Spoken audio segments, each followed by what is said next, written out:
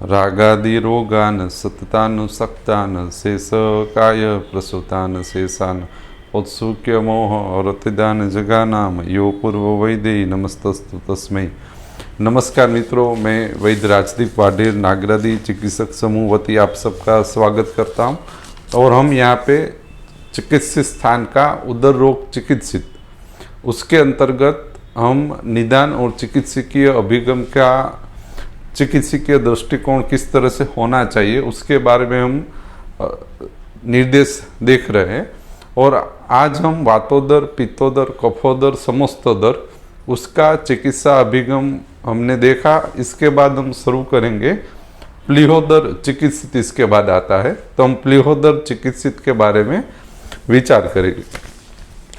तो प्लीहोदर चिकित्सित में पहले तो आप देखें तो प्लीहोदर जो है उसके हेतु क्या है? अत्यसन, संक्षोभ, अयन, अति चेष्टा, अति व्यवाय, अति भार, अध्व, वमन, व्याधिकर्षण आदि निदान से जठराग्नि, धात्वाग्नि और महाभूताग्नि का उत्पत्ति स्थिति विसर्जनगत अनुबंध, अत्यसन, संक्षोभ, अयन, अति व्यवाय, भार, अध्व, वमन आदि कारणों से विक्षोभित होके वाम पार्श्वाश्रित प्लीहा को च्युत कर देता है और कठिन अस्थिलावत उसको वृद्ध करके कृच्छप संस्थानवत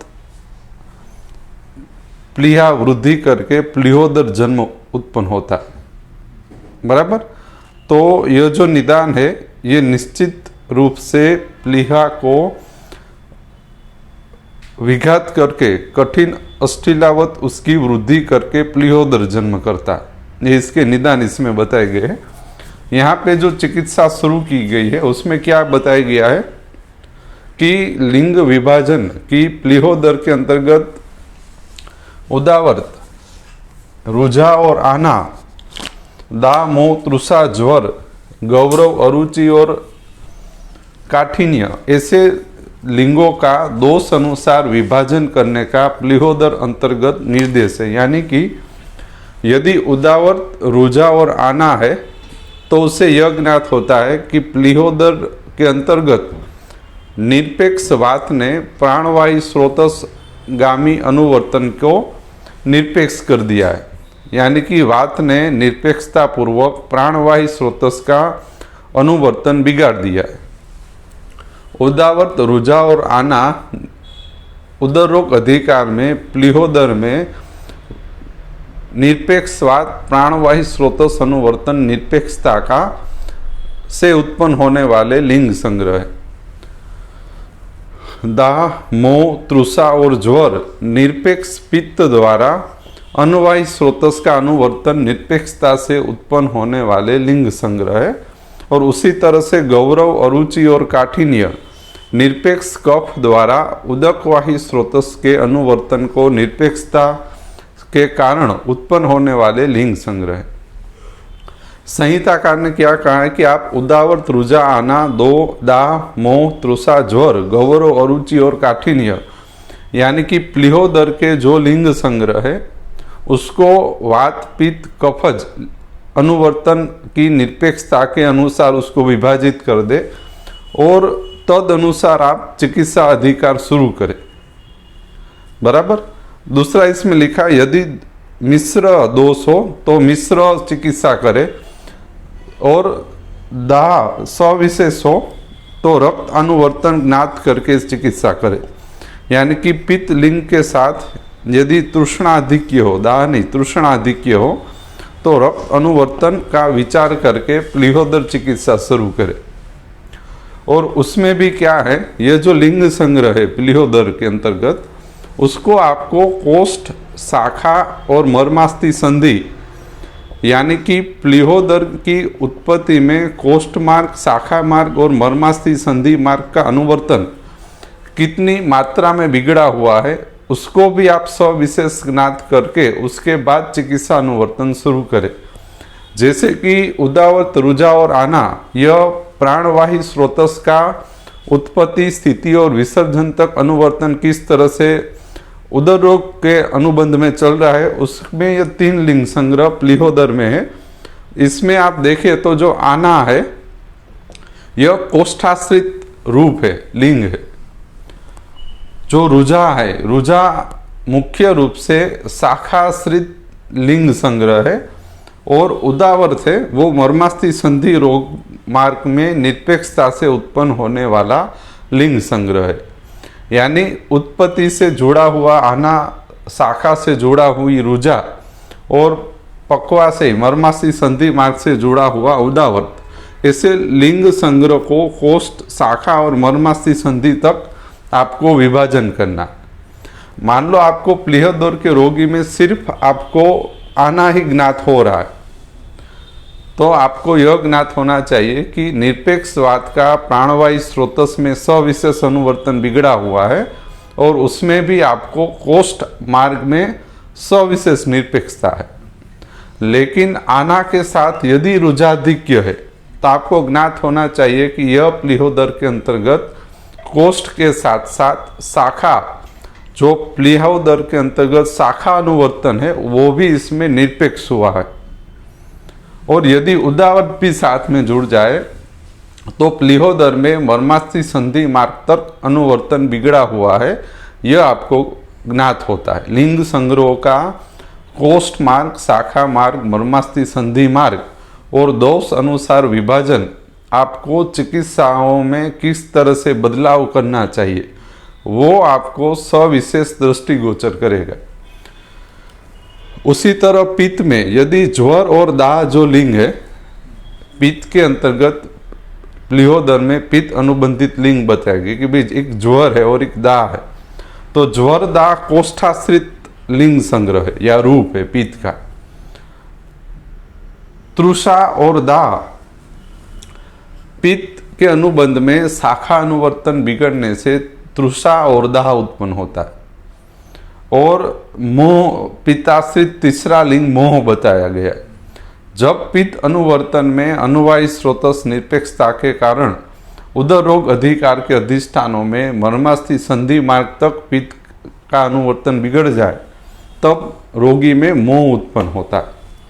तो आपको क्या करना है, यह लिंग संग्रह को कोष्ठ, शाखा, मर्मास्थि संधि मार्ग तक विभाजन करके, और इसके बाद इसके संसमन योग, समन योग, संसर्जन क्रम जो भी चलेगा, विरेचन कर्म चलेगा, उसमें आपको कोष्ठ, शाखा, मर्मास्थि संधि और दोष अनुसार विभाजन करके चिकित्सा चालू करनी। दूसरा, कफ अधिकार में उदक वायु स्रोतस निरपेक्षता के कारण लिंग बताया गया है गौरव, अरुचि और काठिन्य। तो गौरव कोष्ठ से उत्पन्न होता है, कोष्ठाश्रित लिंग है। अरुचि शाखा से उत्पन्न होती है, और शाखाश्रित कफ और उदर रोग के अधिष्ठानों की निरपेक्षता बताती है। और काठिन्य मर्मास्थि संधिगत लिंग संग्रह। तो प्लीहोदर में यदि आपको कोष्ठ, शाखा, मर्मास्थि में कफ अनुबंधी लिंग संग्रह को विभाजन करना हो, तो गौरव, अरुचि और काठिन्य कोष्ठ, शाखा, मर्मास्थि संधि इस 3 रोग मार्ग के अधिकार में विभाजित हो जाएगी।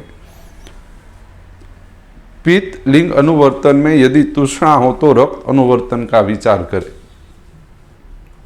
यह विभाजन आपको चिकित्साओं में करने वाले बदलाव, औषध चयन, द्रव्य संग्रह चयन, उपक्रम चयन में यह विभाजन आपको उपयोगी होगा। क्या चिकित्सा बताई गई है, तो प्रधान चिकित्सा बताई गई है स्नेह स्वेद पूर्वक प्रथम विरेचन करवाए। अब इसमें आपको क्या करना है, वातज, पित्तज और कफज दोष संग्रह में जो प्लीहोदर आपको ज्ञात हो रहा है और उसके लिंग संग्रह ज्ञात हो रहे हैं, तो आपको यह दोषों का स्त्रंसन रूप विरेचन करवाए, यानी कि विरेक पूर्वक दोषों को निकाले, उस अनुसार आपको विरेचन द्रव्य कल्पना तैयार करनी कि भाई वातिक, पैतिक या कफज दोषों को विरेक पूर्वक शरीर में से स्तंसन पूर्वक निकाले। उस तरह से विरेचन द्रव्य कल्पना के जो हमारे विरेचन कल्प है उसमें से निश्चित कल्प आपको सोचने हैं। और संसर्जन क्रम भी आपको दोष अनुसार लागू करना है। वातज, पित्तज और कफज दोष अनुसार संसर्जन क्रम आपको लागू करना है। दूसरा इसमें लिखा है कि विरेचन पश्चात यानी कि दोष अनुसार विरेचन करवाने के पश्चात संसर्जन क्रम के पश्चात आस्थापन और अनुवासन बस्ती का उपयोग करें। इसमें भी सविशेष आस्थापन दे या अनुवासन बस्ती दे, दोनों बस्ती इसमें लिखी है। तो कोष्ठ और शाखा लिंग संग्रह की उपस्थिति में सविशेष आस्थापन बस्ती का उपयोग करें, या तो कफ और पित्त प्रधान लिंग संग्रह के अंतर्गत सविशेष आस्थापन बस्ती का उपयोग करें। अनुवासन बस्ती मर्मास्थि संधिगत रोग मार्ग के लिंग संग्रह यानी कि उदावर्त, मोह, काठिन्य जैसे लिंग संग्रह के अंतर्गत और सविशेष वात दोष के अधिकार क्षेत्र में अनुवासन बस्ती का उपयोग करें।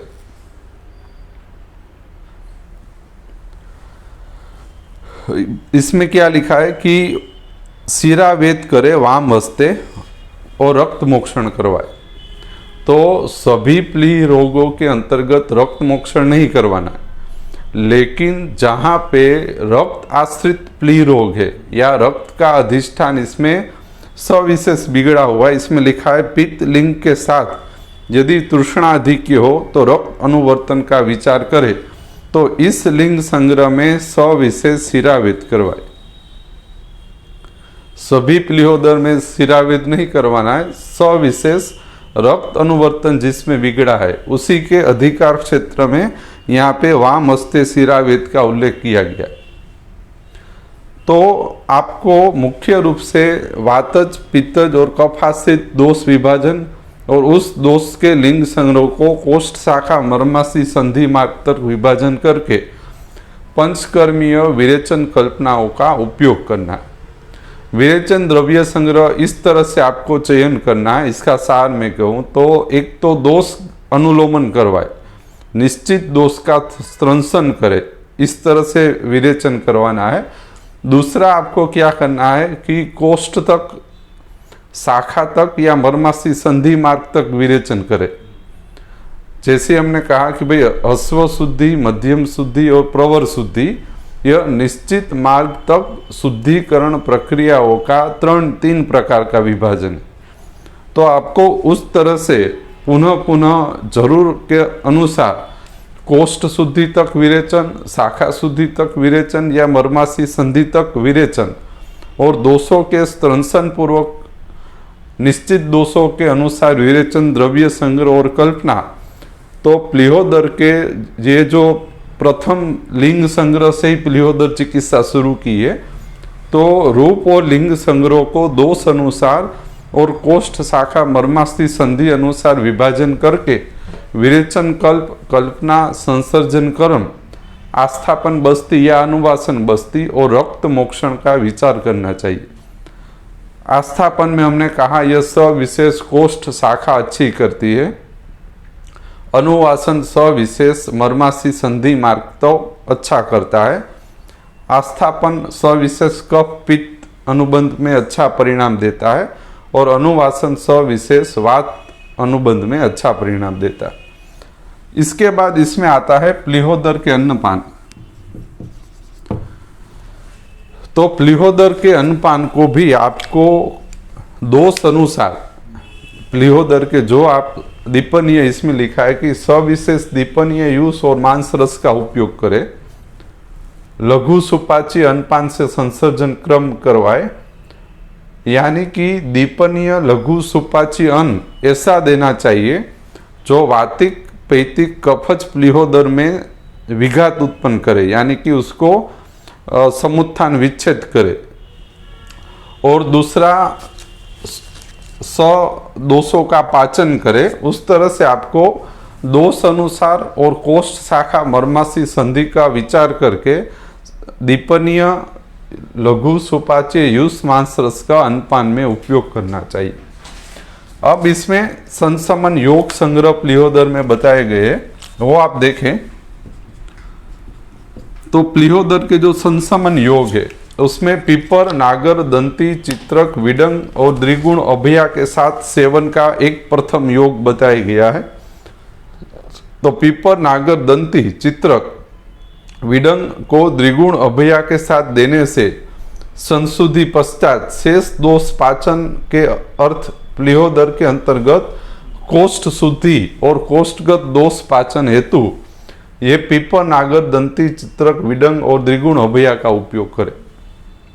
यानी कि वातज पित्तज और कफज प्लीहोदर के लिंग संग्रह में जो कोष्ठाश्रित लिंग संग्रह यदि ज्ञात हो रहे हो तो कोष्ठ में सविशेष पाचन और दोषों के पाचन और दीपन अर्थे पिपन नागर दंती चित्रक विडंग द्विगुण अभया के साथ सेवन करें। यह कोष्ठ पर काम करेगा। दूसरा इसमें बताया गया है विडंग चित्रक सूंठ सैंधव वचा घृत को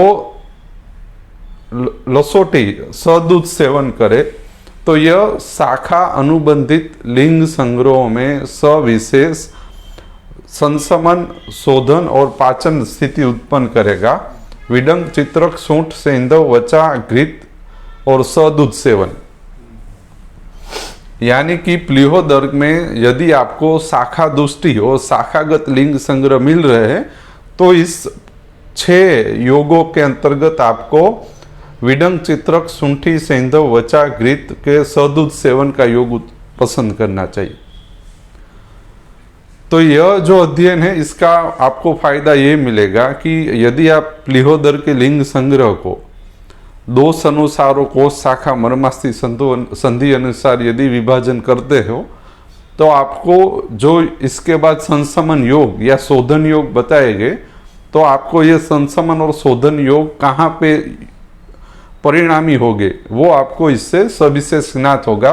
तो ये एक प्रकार की संहिता को पठन करने की और रोग को पठन करने की और योगों के चयन का क्या माध्यम होना चाहिए उसका यहाँ पे हम निर्देश आपको दे रहे हैं।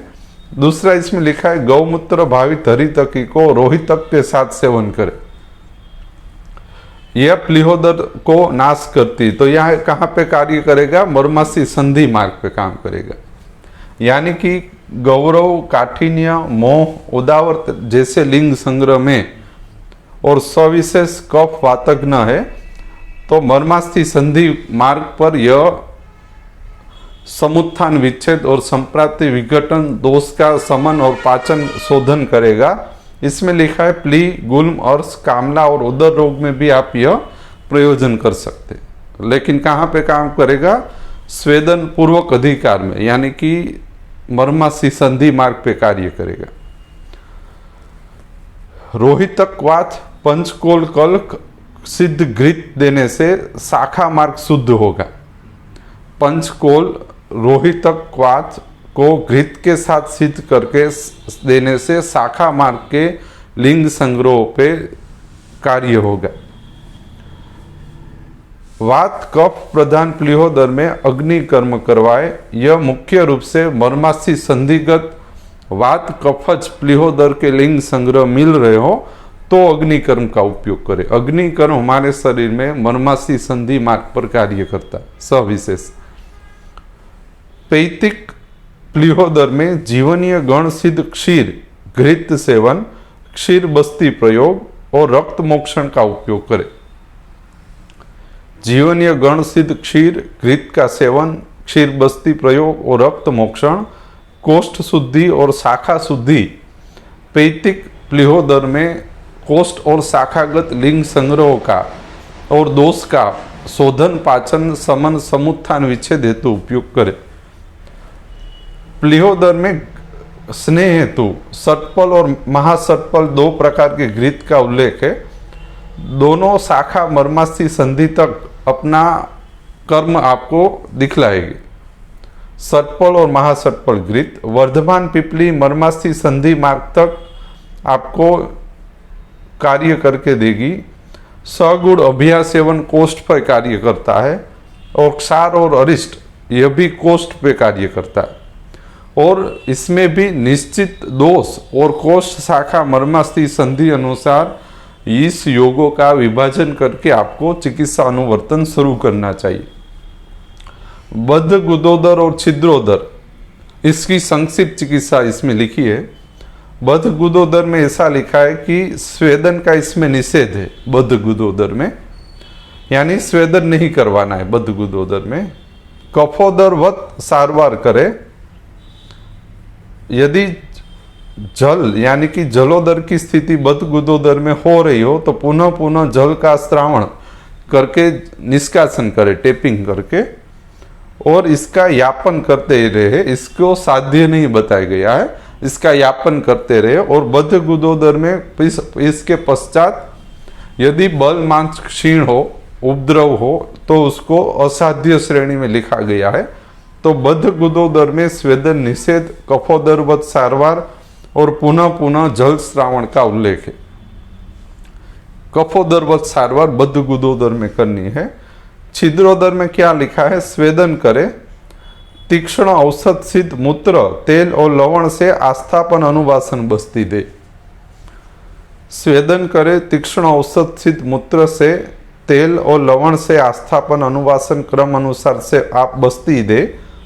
स्त्रंसन रूप विरेचन का छिद्रोदर में पुनः पुनः उपयोग करे। स्त्रंसन यानी खींच के दोषों को जो बाहर निकाले, ऐसे विरेचन संग्रह का कल्प दे। अनपान भी स्त्रंसन कर, विरेचन कर, अनपान कल्पना ही आप प्रयोजन करें। उदावर्त हर्त कर्म और वातग्न उपचार छिद्रोदर में करे। तो मुख्य रूप से यह जो प्लीहोदर का यह जो विभाजन है, इसका मुख्य अधिकार ऐसा है जो संहिताकार ने बताया कि लिंग संग्रह को दोष अनुसार विभाजन करे। अब व्याधित स्थिति में दोष दुष्य के साथ समूर्छित होके अपना मूल स्वरूप छोड़ देते, लेकिन यह जो रूप और लिंग संग्रह है यह किस दोष द्वारा उत्पन्न हुआ होगा यह आप ज्ञात कर सकते हो। तो इसीलिए उदावत, रुझा, आना, वात आश्रित, दाह, मोह, तृषा, ज्वर, पित्त आश्रित, गौरव, अरुचि, काठिन्य, कफ आश्रित रूप या लिंग संग्रह, इस लिंग संग्रह को आपको कोष्ठ मार्ग, शाखा मार्ग, मर्मास्थि संधि मार्ग अनुसार विभाजन कर दे।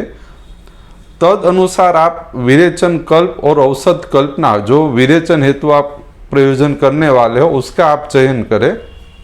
दूसरा, संसर्जन क्रम में भी आप उसी तरह से वात, पित्त, कफ और कोष, शाखा, मर्मास्थि संधि अनुसार ऐसे अनपान ले जो कोष, शाखा, मर्मास्थि संधि तक कार्य करते होंगे, और तद अनुसार संसमन योग और कल्पनाओं का उपयोग करें। जैसे पीपर नागर कोष्ठ पे, सगुण अभिया कोष्ठ पे, वर्धमान पिपली मर्मास्थि संधि मार्ग तक, क्षार अरिष्ट कोष्ठ पे कार्य करता है। अग्नि कर्म है तो वो वात, कफोलबण, प्लीहोदर में मर्मास्थि संधि लिंग संग्रह पे मुख्य रूप से कार्य करेगा। तो वैज्ञानिक अभिगम से कोष, शाखा, मर्मास्थि और दोष अनुसार लिंग संग्रह का विभाजन करके तो आपको चिकित्सा में प्रवेश करना चाहिए। तो यह विभाजन आपकी चिकित्सा की दृष्टिकोण को ज़्यादा वैज्ञानिक और निश्चित क्षेत्र पे कार्य करने वाला और परिणामी बनाएगा। इससे क्या होता है, दोष दुष्य समूर्छना तीव्रता से टूटती है और निश्चित अधिष्ठान पे निश्चित कर्म सविशेष आपको मिलेगा, जिससे प्लीहोदर पे हम कार्य कर पाएंगे। यकृत दाल्युदर यानी कि यदि यकृत वृद्धि हो रही हो तो उसमें भी प्लीहोदर वत ही सारवार करे। बदगुदोदर और छिद्रोदर का भी इसी तरह से लिंग संग्रह यदि उत्पन्न हो रहे हो तो विभाजन करके चिकित्सागत विचार करें। आभार। Thank you.